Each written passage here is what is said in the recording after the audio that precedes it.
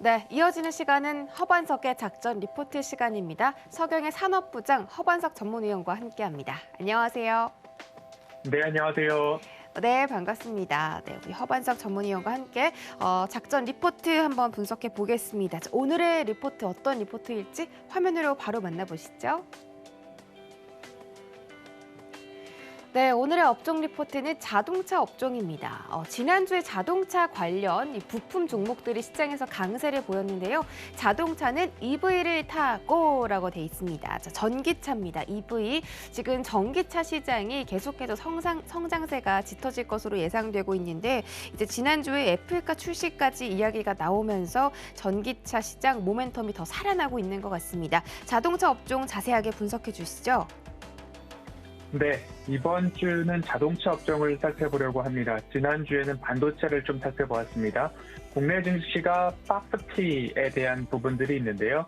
대형주 중심으로 수급이 조금 개선되는 모습들이 나타나고 있기 때문에 국내 시총 상위 종목 중에 그래도 자동차 관련된 부분도 체크가 꼭 필요하다라고 생각이 들고 있습니다. 오늘은 11월 10일, 11월 18일자 키움증권에서 발간된 리포트를 중심으로 자동차 산업을 좀 살펴볼 텐데요. 차량용 반도체 수급난으로 인한 생산 차질이 연중 지금까지도 지속되고 있는 모습이고요. 최근 들어서는 이제 이 수급난이 조금씩 점진적으로 완화되고 있다라는 시그널들이 하나하나 나오고 있어서 완성 자동차 회사나 부품 공급사들 공장 가동률이 점진적으로 회복되지 않을까라는 기대감들이 좀 있습니다. 또한 글로벌 전기차 침투율도 증가하고 있고요. 전기차 시장의 성장성도 지속되고 있기 때문에 중장기 투자로 회복할 만한 산업에 대한 리서치 그리고 데이터 추적이 필요한 산업군이 바로 이 자동차 섹터가 아닐까 생각이 듭니다. 생산 차질 속에 있는 자동차 산업이지만 전기차 침투율은 여전히 증가하고 있고 가파르게 올라가고 있습니다. 전기차 시장의 규모를 보면 20년도 291만 대로서 전년 대비 42% 성장성이 보여졌던 20년도였습니다. 21년도는 590만 대로 전년 대비 100% 이상의 성장성을 보여주고 있고요. 전기차 침투율이 글로벌 평균 7%를 넘어가고 있는 모습입니다. 미국이 5% 내외였기 때문에 7%라고 한다면 유럽 등지는 벌써 두 자릿수까지 넘어가고 있다라고 보시면 좋을 텐데요. 지역별로 현황을 좀 보면요. 유럽은 적극적으로 친환경 정책 및 보조금 확대가 지속되고 있습니다. 2030, 2030년도 신차 기준으로 이산화탄소 배출량 감축 비율을 55%까지 높이겠다라는 상향에 대한 부분들이 있었고요. 2035, 35년도까지는 내연기관차 판매 금지를 추진하는 나라들이 대다수다. 노르웨이는 25년도부터 내연기관차를 판매 금지하겠다라고 하고요. 30년도에는 독일, 영국, 네덜란드, 덴마크 등이 30년도까지 내연기관 자동차 판매 금지를 목표하고 있습니다. 35년도면 유럽 연합에 속해 있는 대부분의 국가들이 내연기관 판매를 하지 않겠다라는 목표를 삼고 있고요. 중국 같은 경우에는 내수 활성화에 좀 초점이 맞춰져 있고요. 전기차 침투율이 상당히 높아지고 있는데 주된 요인이 조금 소형, 경형 전기차 중심의 시장 확대, 보급 확대가 전반적인 전기차 침투율을 끌어올리고 있다라고 보시면 좋을 것 같고요. 전기차 보조금은 22년도까지 연장하고 25년도 전기차 판매 비중을 25%까지 높이겠다라는 목표를 좀 가지고 있습니다. 미국 같은 경우에는 이제 바이든 정부의 친환경 산업 주도권 확보를 위한 행정명령이 발효가 됐고요. 그리고 인프라 투자 법안에서 전기 충전소를 늘리겠다라는 이야기 여전히 높아지고 있기 때문에 미국은 2030, 30년도까지 신차 중 ZEV라고 하면 BEV, 순수전기 자동차죠. 그 다음에 PHEV, 플러그인 하이브리드죠. FCEV는 수소 연료전지 자동차라고 보시면 되는데요. 이 ZEV의 비중을 50%까지 높이겠다라는 목표를 갖고 있습니다. 앞으로 리포트 등에서 BEV나 PHEV나 FCEV나 지난번 작전 리포트 자동차 섹터에서도 좀 말씀을 드렸죠. BEV라고 하면 배터리로만 가는 일렉트릭 비클이라고 해서 순수전기 자동차라고 보시면 되고요. HEV는 하이브리드, 하이브리드는 내연기관과 전기 모터를 같이 쓰는 자동차죠. PHEV는 플러그인이라고 해서 내연기관과 모터를 같이 쓰지만 HEV보다는 전기를 충전할 수 있는 플러그가 있는 자동차라고 보시면 되고요. FCEV라고 하면 수소 전기 자동차라고 해서 순수 전기 자동차와 원리는 같지만 주된 원료가 전기를 만들어내는 원료가 수소다라는 점으로 구분을 해보실 필요가 있다라는 말씀 다시 한번 드리도록 하겠습니다. 전기차 시장을 조금 보도록 하겠습니다. 21년도 9월 누적 전기차 시장 성장률은 143%에 달하고 있고요. 누적 침투율은 6.7%까지 올라와 있는 상황입니다. 지역별로 본다면 중국이 215%의 성장률을 보이고 있고요. 미국은 103%, 유럽은 96%의 성장률을 보여주고 있습니다. 앞서서도 말씀을 드렸지만 중국 같은 경우에는 작은 경형 전기자동차의 보급 확대로 성장률이 200%를 넘어가고 있다라는 일부 착시 효과가 있다라고 생각을 해보시면 좋을 것 같고요. 9월 전기차 침투율을 본다면 중국이 16.4%, 유럽이 15.7%, 미국은 아직까지 한 자릿수인 5.5%입니다. 앞으로 인프라 투자 법안이나 이제 사회 재건 법안이 하원을 통과했기 때문에 이 부분이 조금 더 진전된다면 미국에서 만들어지고 있는 전기차 보조금 확대로 조금 더 매기가 이어진다면 미국의 전기차 침투율이 조금 더 높아질 수 있지 않을까라는 기대감들이 있습니다. 브랜드별로 보면요. 폭스바겐이 12%, BYD가 8%, 현대기아는 6%, BMW는 5% 정도로 전기차 중에서 브랜드를 따진다면 테슬라보다도 폭스바겐이 유럽을 중심으로 브랜드 점유율이 높다라는 부분도 함께 말씀을 드리도록 하겠습니다. 오늘 리포트의 제목을 전기차는 EV를 타고라는 제목에서 조금 말씀을 드린 것처럼 자동차 산업을 볼 때에 이제는 전기차 시장, 그리고 성장성, 점유율, 침투율에 대한 데이터들을 꼼꼼히 체크해 볼 필요가 있다라는 말씀을 함께 좀 드리도록 하겠습니다.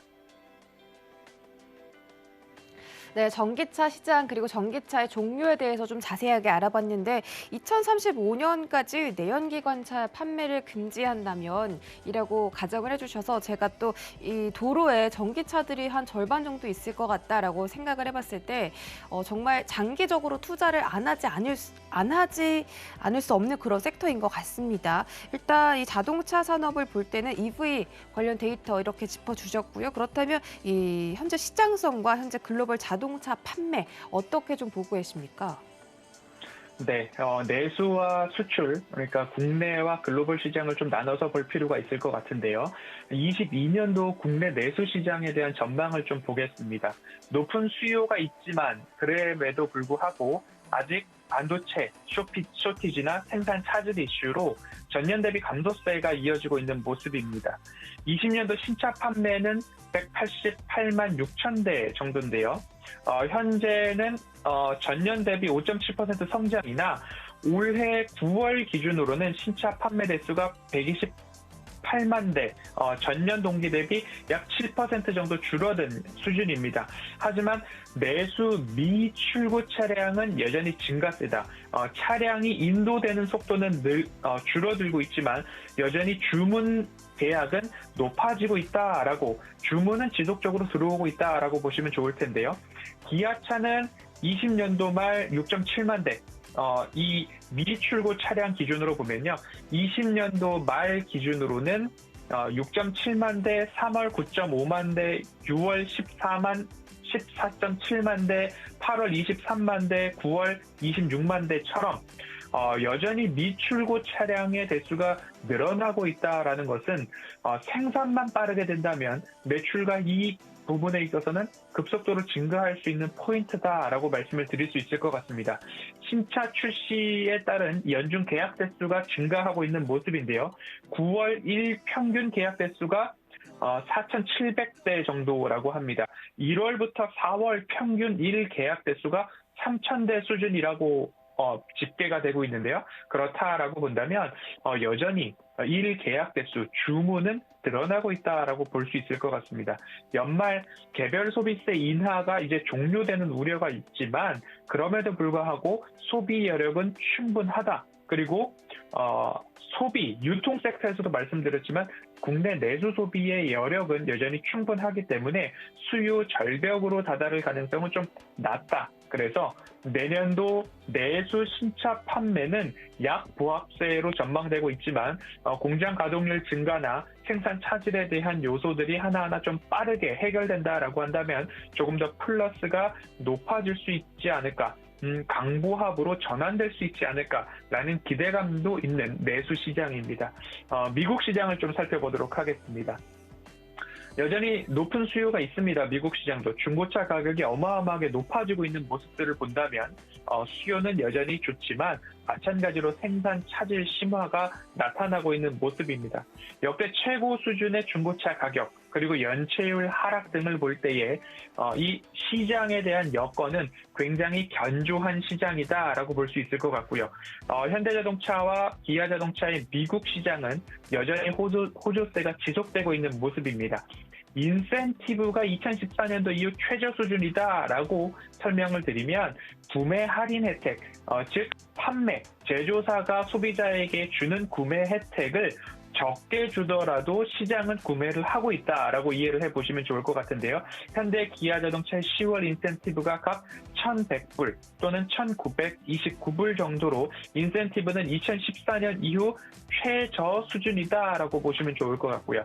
현대 기아 양사합단 시장 점유율이 미국에서 두 자릿수로 올라왔고 그 10%대를 유지를 해주고 있는 모습이기 때문에 견조한 수요를 바탕으로 공급자 우위의 수급은 당분간 유지될 것이다라는 이야기가 나오고 있습니다.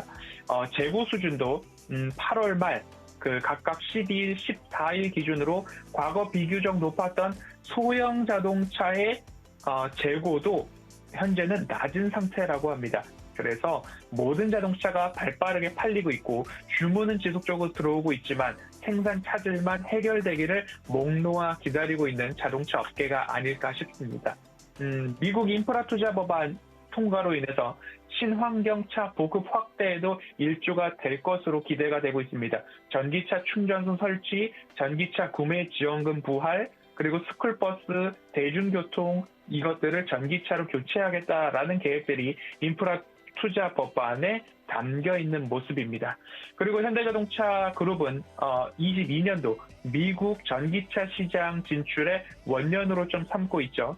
GV70 전기차의 알리바바 생산, 아이오닉5, 기아자동차 EV6, 제네시스 G80 전동화 모델 등 기대할 만한 이슈들이 많다라고 보면 좋을 것 같고요. 오늘 아침 뉴스에도 본다면 현대차의 국내 판매 가운데 제네시스의 비중이 역대 최고 수치인 18%를 넘어서고 있다라고 합니다. 제네시스 비중이 높아지면 좋은 이유가 결국 판매 단가, 마진율이 높은 프리미엄에서의 판매가 높아지는 것은 영업이익률 증가에도 기여를 하기 때문이다 라면 좋을 것 같습니다. 미국뿐만 아니라 글로벌 친환경 자동차의 성장성, 그리고 현재 차량용 반도체 공급 부족에 대한 이슈와 대응책, 이런 것들을 투자자의 시선으로 자동차 산업을 어떻게 보면 좋을 것인가, 기업들, 종목들과 함께 이번 주 자동차 섹터 이어가 보도록 하겠습니다.